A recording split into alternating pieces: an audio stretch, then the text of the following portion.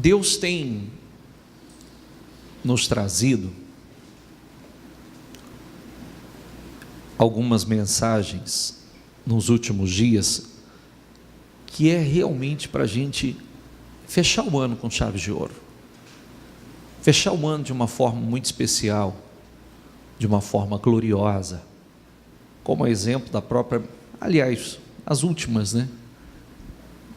E em especial a mensagem que nós recebemos ontem no domingo. E eu quero meditar um pouco mais com vocês sobre o que o Espírito Santo tem falado conosco, tem trazido aos nossos corações. Hebreus capítulo 6, versículo 1, nós vamos fazer várias leituras, depois nós vamos para Mateus 7, mas o foco principal agora vai ser Lucas 16. Lucas 16.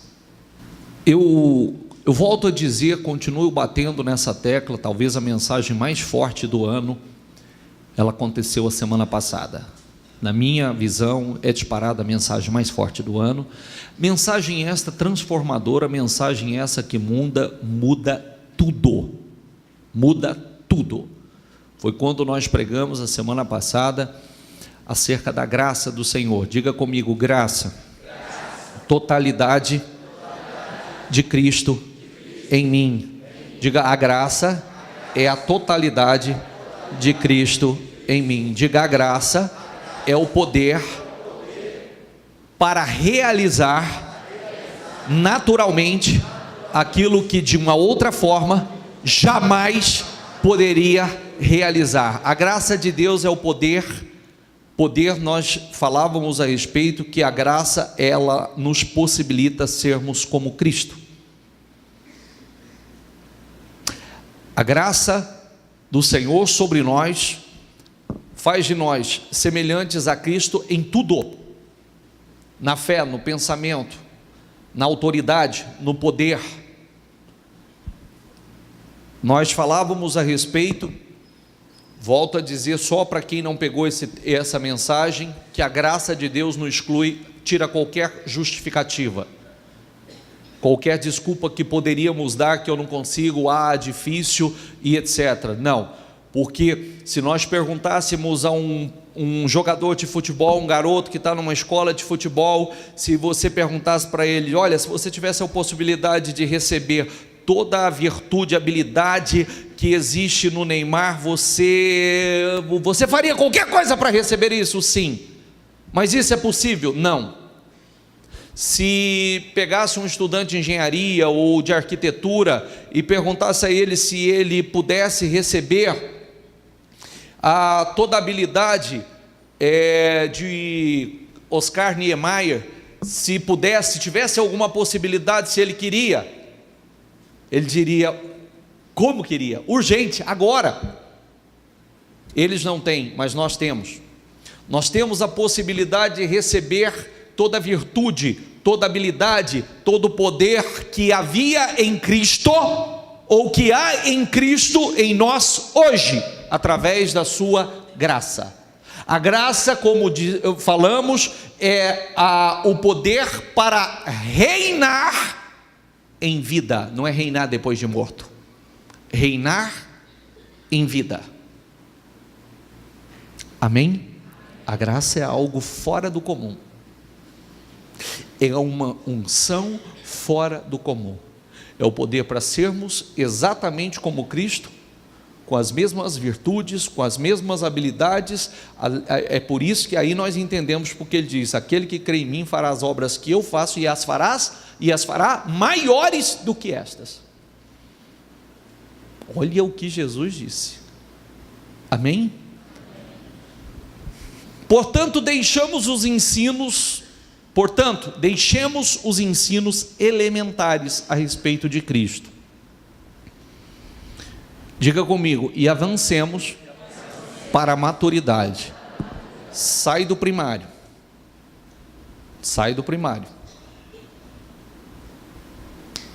Há um tempo que Deus, Ele nos trata como crianças.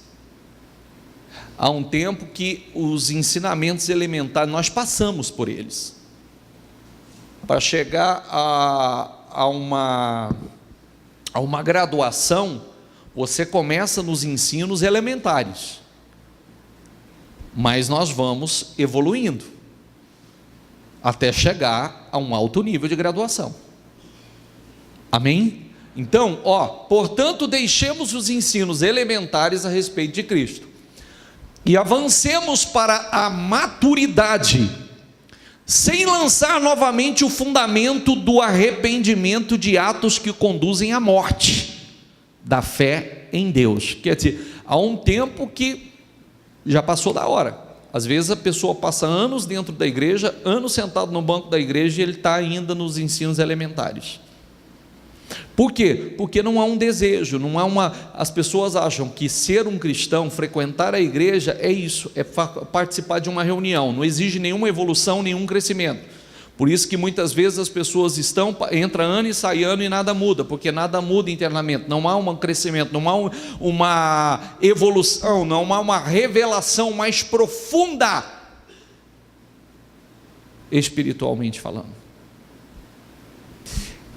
E a orientação é: vamos deixar os ensinos elementares e vamos avançar.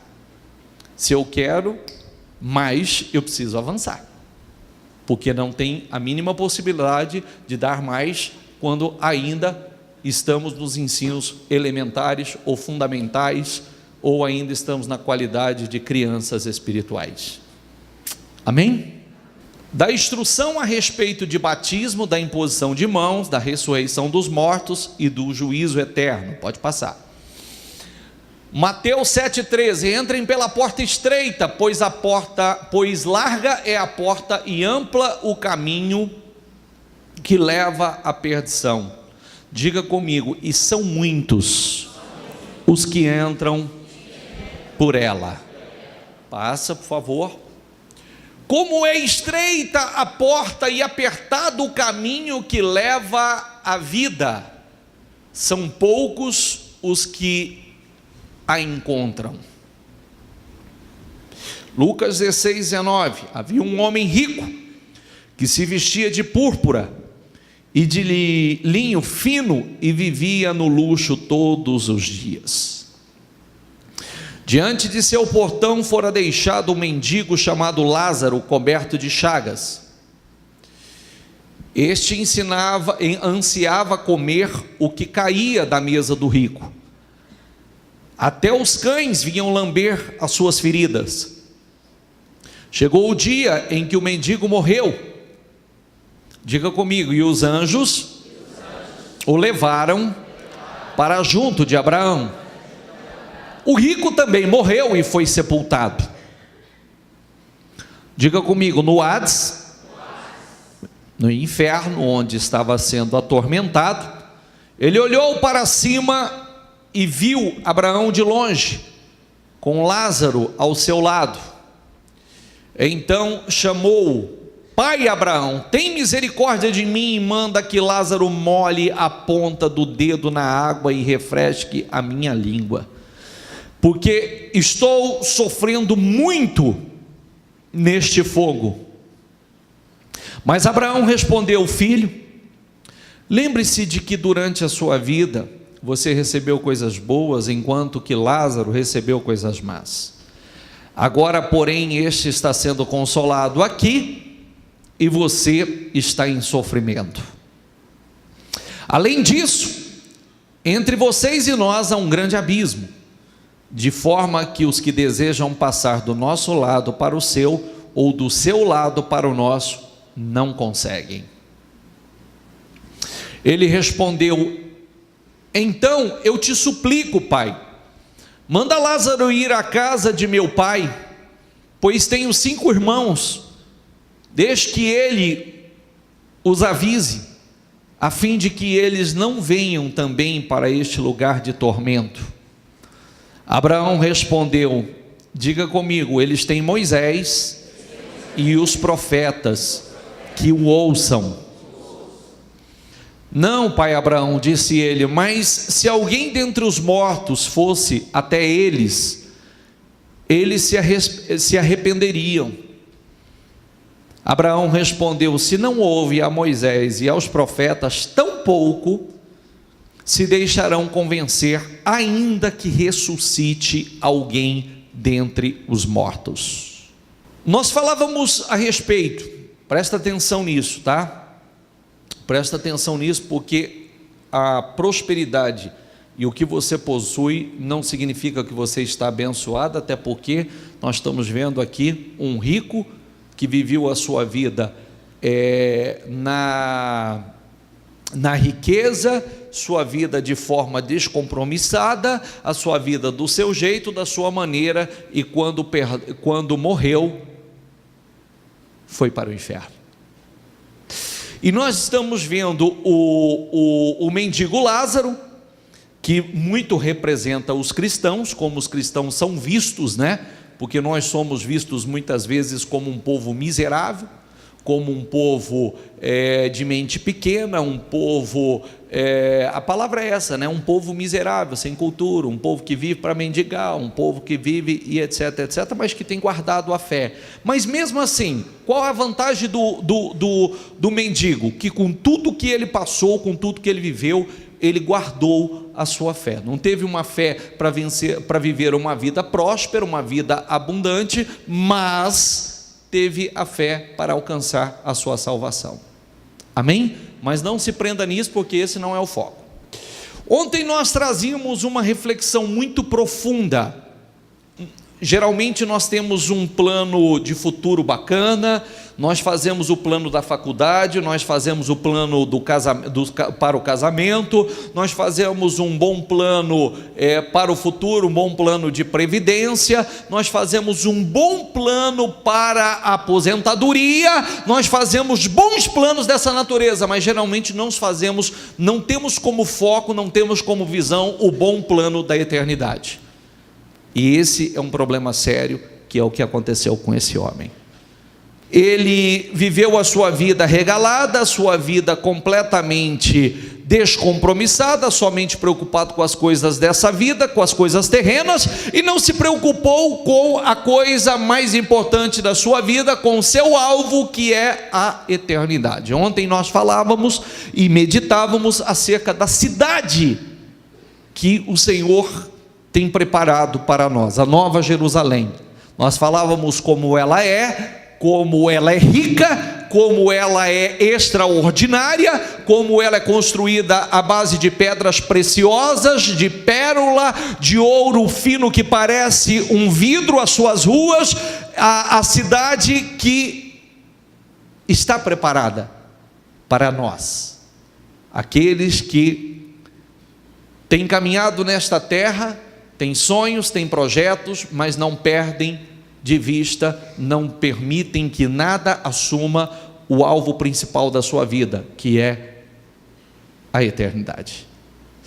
Nós falávamos a respeito que um jovem, na Holanda é possível que um jovem, é permitido que fume maconha, em Singapura não. E em Singapura, quando você entra, você já recebe uma cartilha falando do que é permitido naquela nação e daquilo que não é permitido. Mas na Holanda é permitido que o jovem faça uso de maconha, de substâncias. E se um jovem da Holanda entrar em Singapura e ele desprezar aquela cartilha, ele vai ser preso e condenado à morte. E quando ele chegar diante do juiz e dizer assim: mas na minha nação pode, no meu país pode, ele vai dizer: você não está na sua nação, você não está no seu país, aqui tem leis próprias e aqui não pode. Para entrar na Nova Jerusalém tem a cartilha. O que é permitido aqui não é permitido lá. O que entra aqui não entra lá. E nós precisamos estar atentos a isso, porque no julgamento de Cristo não haverá nenhuma novidade, não será trazido nada novo além do que está aqui. A cartilha está aqui. Assim como nós meditávamos ontem que nada que contamine entrará por aqueles portões, por aquelas portas. Nada que a contamine vai entrar lá. Mas também lá não vai entrar angústia, lá não vai entrar tristeza, lá não vai entrar doença, lá não vai entrar miséria, lá não vai entrar nenhum tipo de dor. Mas também nada que a contamine. Então, às vezes as pessoas confundem algumas coisas, assim como aqui na terra, o que é permitido num país não é permitido, é totalmente proibido em outro, o que é permitido aqui não vai entrar na Nova Jerusalém. E a cartilha está aqui. E é importante que a gente entenda isso. É importante que a gente já esteja totalmente, não despreze essa cartilha. Geralmente quando você entra no aeroporto, na entrada, você recebe já uma cartilha falando de algumas coisas importantes, algumas orientações importantes para quem está entrando naquela nação, e não pode ser ignorado. Amém? Amém? Aqui nós estamos vendo 3 homens, um que se preocupou somente com as coisas dessa terra, um que foi rico aqui, mas perdeu a coisa mais importante, que foi a sua salvação. Nós estamos vendo um outro homem que viveu uma vida desgraçada, miserável aqui, mas por um fio alcançou a sua salvação. E nós estamos vendo um terceiro homem chamado, diga comigo, Abraão, que foi um rico, mas um rico que viveu para servir ao Senhor, que não se preocupou com a sua própria vontade, mas que se preocupou com a vontade do Senhor, que ele foi um servo do Senhor com a sua riqueza. Ele foi um servo do Senhor. A riqueza nunca ocupou o primeiro lugar na sua vida. Ele foi um servo do Senhor com toda a riqueza que Deus confiou em suas mãos. Agora, uma coisa importante, que é importante que a gente reflita. Mateus 10, 28, não tenham medo dos que matam o corpo, mas não podem matar a alma. Diga comigo, antes, tenham medo daquele que pode destruir tanto a alma como o corpo no inferno. Então eu devo temer a quem? Deus. Eu devo me preocupar com a vontade em agradar a quem? Deus. Porque qualquer homem que tenha o poder de me causar o dano, causa somente ao corpo, mas jamais poderá causar dano algum à minha alma. Mas o Senhor, Ele pode causar o dano tanto ao corpo como à alma. Amém? Qualquer homem, por pior que ele seja, por mais domínio que ele tenha sobre mim, ele só pode destruir algo, uma coisa na minha vida, o meu corpo, a minha alma jamais. E como nós falamos ontem, é importante, eu tenho falado isso, não estou ficando velho, mas tenho caminhado com lucidez, porque os anos passam rápido. A nossa vida é muito rápida, a nossa passagem por essa terra é muito rápida. E ontem nós falávamos, ensina-nos a contar os nossos dias e a gastá-los da melhor maneira possível. Ensina-nos, Senhor. É uma oração que nós devemos fazer, porque comemorando os mais otimistas, você vai viver 100 anos comemorando, pouco mais, pouco menos, mas nós temos uma eternidade pela frente, e não podemos ignorar isso, sem saber, sem contar que posso viver o tempo que tenho para viver, como pode ser abreviado esse tempo também. Eu preciso estar preparado. Diga comigo, o diabo que as enganava foi lançado no lago de fogo que arde com enxofre. Apocalipse 20, 10. Onde já haviam sido lançados a besta e o falso profeta. Eles serão atormentados dia e noite para todo sempre. Diga comigo, o inferno, ele foi criado, olha para quem? Não foi criado para o homem. Nós é que decidimos quem será o nosso Senhor. Por isso que é o que acabei de dizer no início dessa mensagem. Nós temos a graça, nós temos o Espírito de Deus, que nos capacita a obedecer e fazer tudo que Deus aprova. Não há desculpa para nós. Não adianta eu falar, Senhor, eu não conseguia. Eu te dei a minha graça para fazer. Eu te dei do meu Espírito para fazer. Mas muitas vezes nós ouvimos essa mensagem e não procuramos nos aprofundar. Permanecemos nos primeiros rudimentos, nos ensinamentos elementares. E isso é responsabilidade nossa, porque não tivemos interesse em nos aprofundar. Não tivemos interesse em nos aprofundar em Deus. O inferno não foi criado para o homem. O inferno foi criado para o diabo. Agora, ou nós temos o Espírito de Deus, ou temos o Espírito do diabo. Não tem meio termo. É simples. A quem nos parecemos? A quem imitamos? A quem seguimos? A Deus? Com quem mais nos parecemos? De vez em quando não tem aquela pessoa que você olha assim e fala, não é possível, você é um demônio em vida. É verdade ou não é? Sim ou não? A quem nos parecemos? A quem temos como pai? As nossas atitudes falam. O que está dentro de nós fala. E devemos levar isso muito a sério, porque nós estamos falando de uma eternidade que, olha o que nós vamos ler na sequência. Vi também os mortos grandes e pequenos em pé diante do trono. Diga comigo, e os livros foram abertos. Outro livro foi aberto, o livro da vida. Os mortos foram julgados de acordo com o que tinham feito, segundo o que estava registrado nos livros. Falamos outro dia sobre isso. Tudo que você faz diariamente está registrado num livro. Data, dia, hora, ano, tudo certinho. Por isso que não haverá como, às vezes tem pessoas, a Bíblia diz que há pessoas que eles vão questionar, né? Mas por que eu vim? Está aqui, ó. Dia tal, hora tal, no ano tal, olha suas atitudes, ó. E nunca houve mudança, nunca houve arrependimento, nunca houve transformação. Os mortos foram julgados, diga comigo, de acordo com o que tinha feito, segundo o que estava registrado nos livros. O mar entregou os mortos que nele havia, e a morte e o Hades,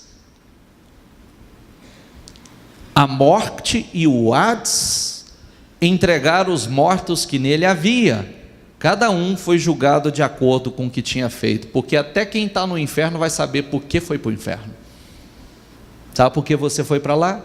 Está aqui, ó, está aqui tudo registrado nos livros. Passa.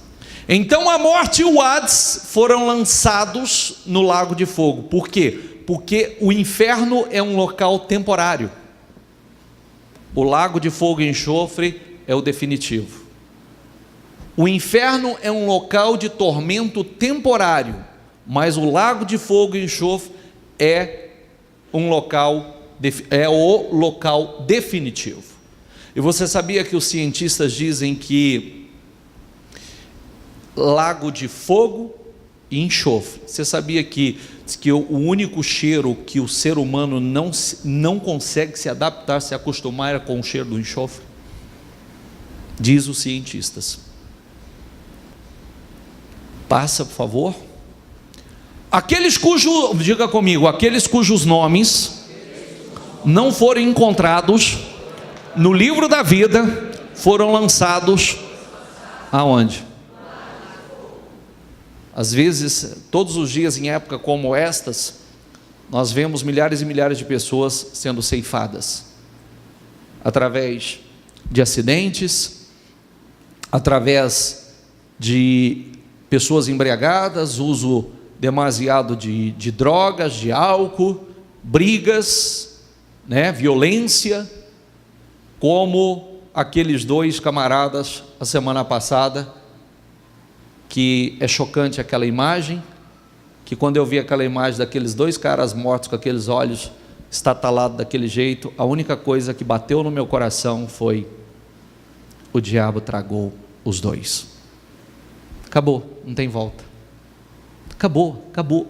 Bispo, não tem, não, só vão, aqui ó, você prestou atenção na última leitura que nós fizemos? Eles vão ser tirados do inferno para ser julgados, vão comparecer diante do trono, e agora sabe para onde vocês vão? Vocês vão para o lago de fogo e enxofre eternamente, sem refrigério.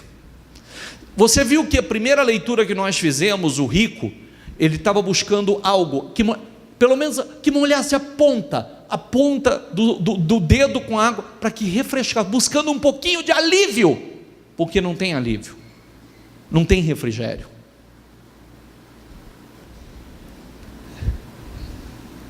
Passa. Diga comigo, mas os covardes, quem são os covardes? Os covardes são aqueles que até hoje não tiveram coragem para assumir publicamente a sua fé, para assumir o Senhor Jesus.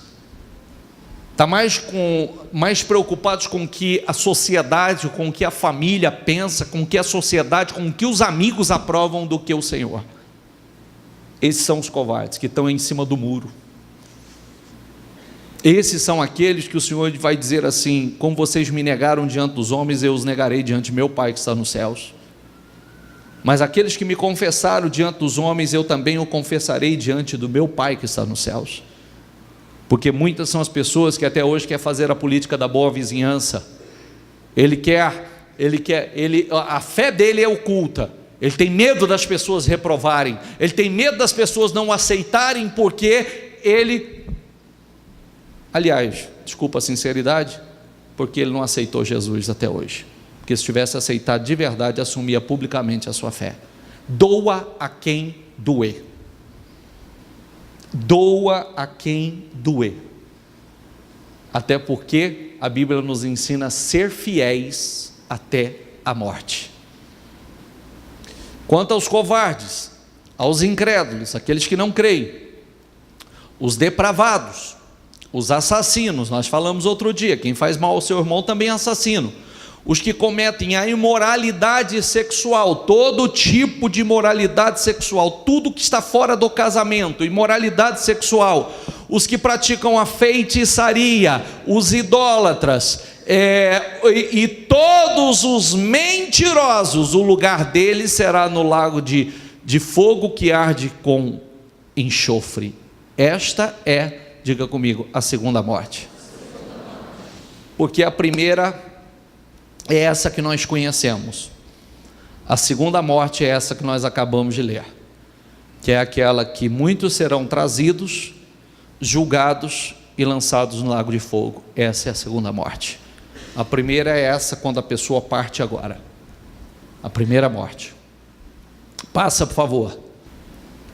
Aquele que tem ouvidos, ouça o que o Espírito diz às igrejas. Diga comigo: o vencedor de modo algum sofrerá a segunda morte.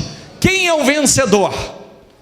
Aquele que venceu o mundo, aquele que venceu o pecado, aquele que venceu a sua carne, aquele que venceu a perseguição, aquele que venceu a tentação, aquele que venceu de um modo geral, aquele que resistiu, aquele que persistiu, aquele que guardou a sua fé, aquele que não se contaminou, aquele que não foram as riquezas, os prazeres dessa vida, não foram as tentações, as perseguições, aquele, o vencedor, de modo algum sofrerá a segunda morte. Pode até passar pela primeira, que não se trata de morte, mas ele de modo algum sofrerá a segunda morte. Amém? Ao vencedor. Por isso que eu disse, né? Eu falava ontem, às vezes nós somos vistos como pessoas fracas. Pelo contrário, gente fraca não aguenta isso. Gente fraca não tem domínio próprio, gente fraca não tem equilíbrio, gente fraca a carne o domina, gente fraca as suas emoções, gente fraca as tentações o vence, gente fraca o mundo o influencia. Isso aqui é para gente forte, gente determinada, gente corajoso.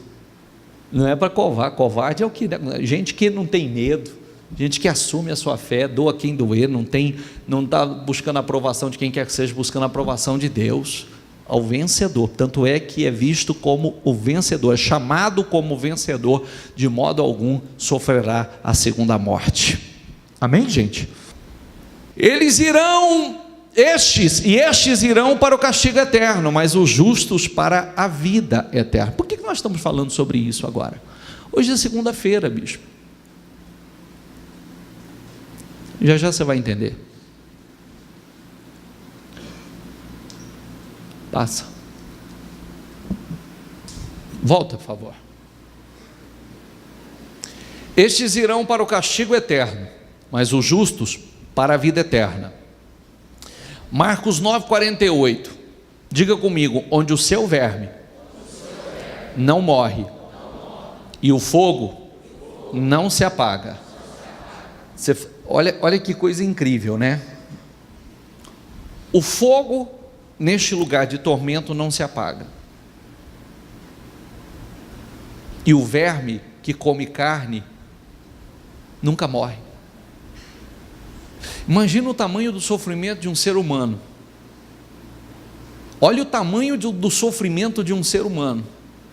O verme nunca morre, o verme, aquele que vai comer na sua carne sem cessar, nunca morre, e onde o fogo nunca se apaga. Para pensar nisso. Bispo, eu não quero nem pensar nisso, eu vim ouvir sobre prosperidade. Eu também.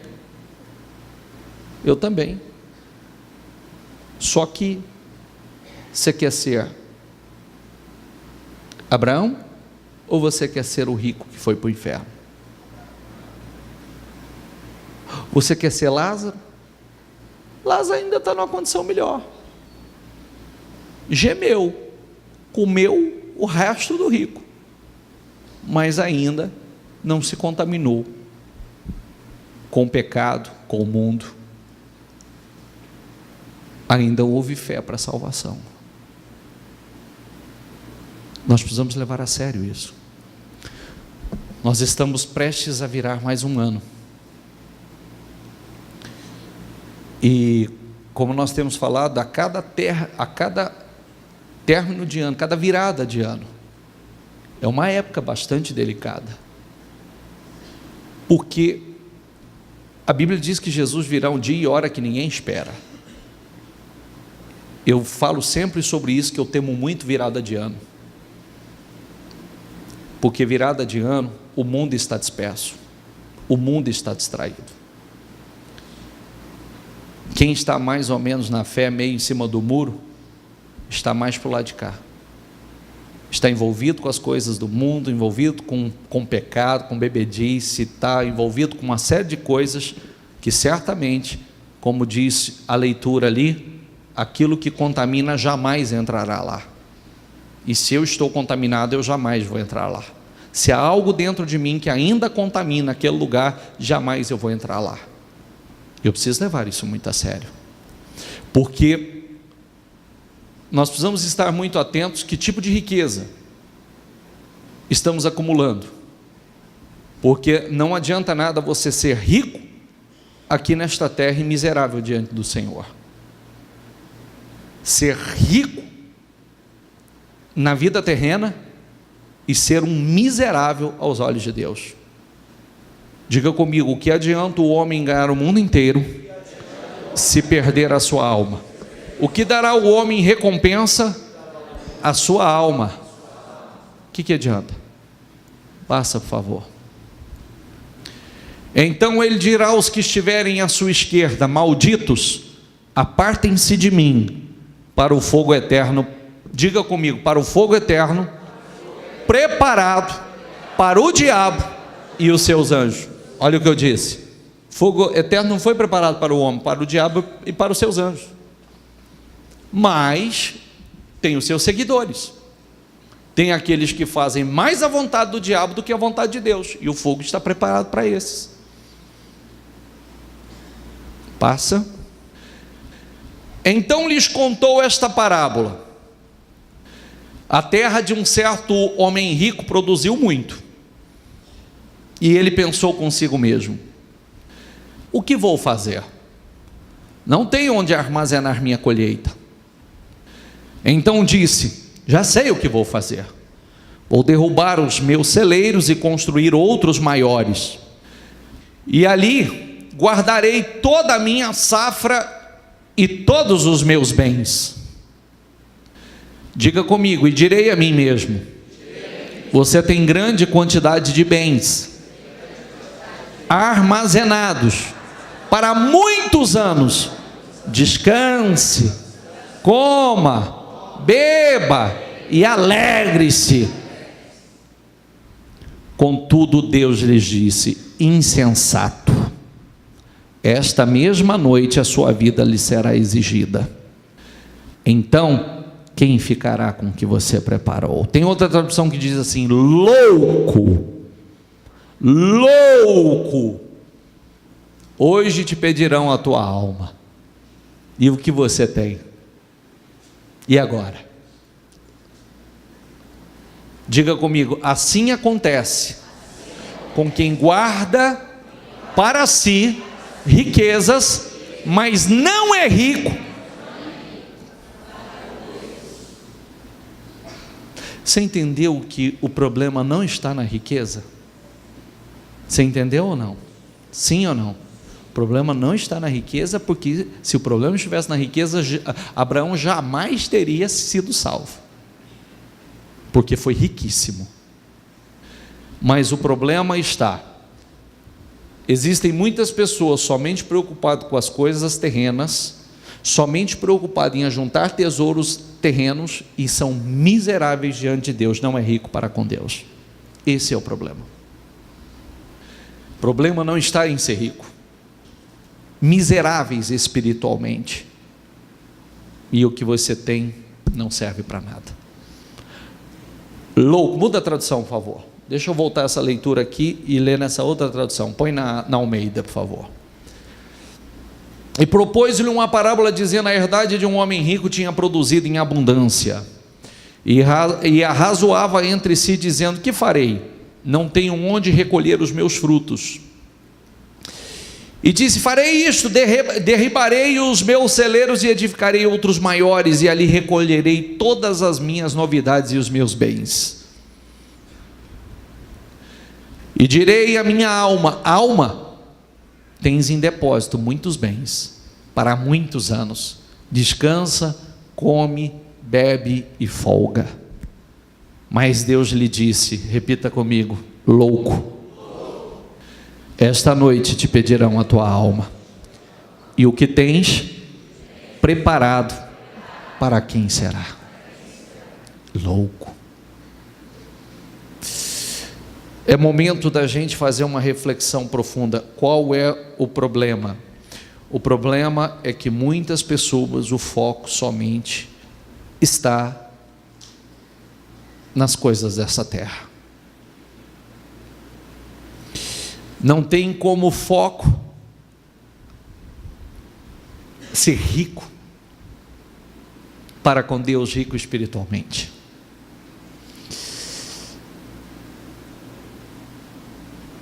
Isso não pode ser ignorado.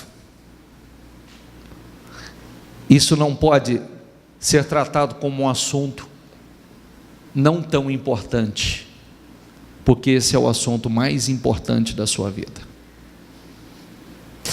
Eu disse ontem que quando nós estamos totalmente inteirados, adaptados às leis da nossa verdadeira pátria, que não é esta, nós estamos dando condições a Deus de nos abençoar, e muito aqui, nesta terra. Nós estamos dando condições a Deus de cumprir em nossas vidas tudo que Ele tem prometido. Porque ao contrário do que muitos pensam, é que se viver essa fé, então eu não tenho. Não, nós temos sonhos, nós temos projetos, nós temos ambições, mas nós não perdemos o alvo, o foco maior, o foco principal. Nós somos servos do Senhor, e acima de tudo nós temos um Senhor. Nós não podemos servir a dois senhores, a Deus e as riquezas, mas nós devemos servir ao nosso Senhor com as nossas riquezas. A nossa riqueza não é o que você possui em termos material, porque tudo isso vai ficar. A sua maior riqueza é aquilo que você tem acumulado espiritualmente. É você fazer a vontade de Deus e cumprir para com o propósito de Deus na tua vida. Abraão foi um homem extremamente rico e que serviu a Deus com a sua riqueza para o propósito de Deus. E esse deve ser o nosso foco, o nosso alvo: servir a Deus, fazer a vontade, que Deus cumpra a vontade dele em nossas vidas, e que nós possamos cumprir com o propósito que ele tem conosco e através de nós. O problema de muitas pessoas é que já mostraram ao Senhor que elas não podem ter muita coisa aqui nessa terra, porque se ela tiver, ela vai perder a salvação. Não fala isso, bispo, tenho que falar, porque há pessoas que se iludem com pouco, há pessoas que se afastam do Senhor com pouco, há pessoas que se intoxicam, mostraram a Deus que se intoxicam facilmente com a bênção, com a prosperidade, perdem o foco. Diga comigo: mas Deus lhe disse, louco. Você quer que o Senhor vire para você e diga: louco. Hoje pedirão a tua alma, e o que você tem, para quem será? E o que dará ao homem recompensa a sua alma? Amém? Não perca de vista o alvo. Você tem projetos? Todos nós temos, mas não deixe que nada tome conta do seu coração, a não ser o Senhor. Não deixe que nada te domine, a não ser o propósito de Deus na tua vida. Viva uma vida com propósito. Viva uma vida com propósito. Você não pode fazer de você grande, mas Deus pode fazer de você grande. Você não pode fazer de você uma pessoa grande nesta terra, Deus pode fazer de você uma pessoa grande nessa terra. Agora, coloque como a sua principal riqueza a sua salvação, porque muitas coisas que são permitidas aqui, como na Holanda, o que é permitido em Singapura não pode entrar, e aqueles que praticam são condenados à morte. Muitas coisas que são permitidas aqui não vão entrar na Nova Jerusalém. Amém?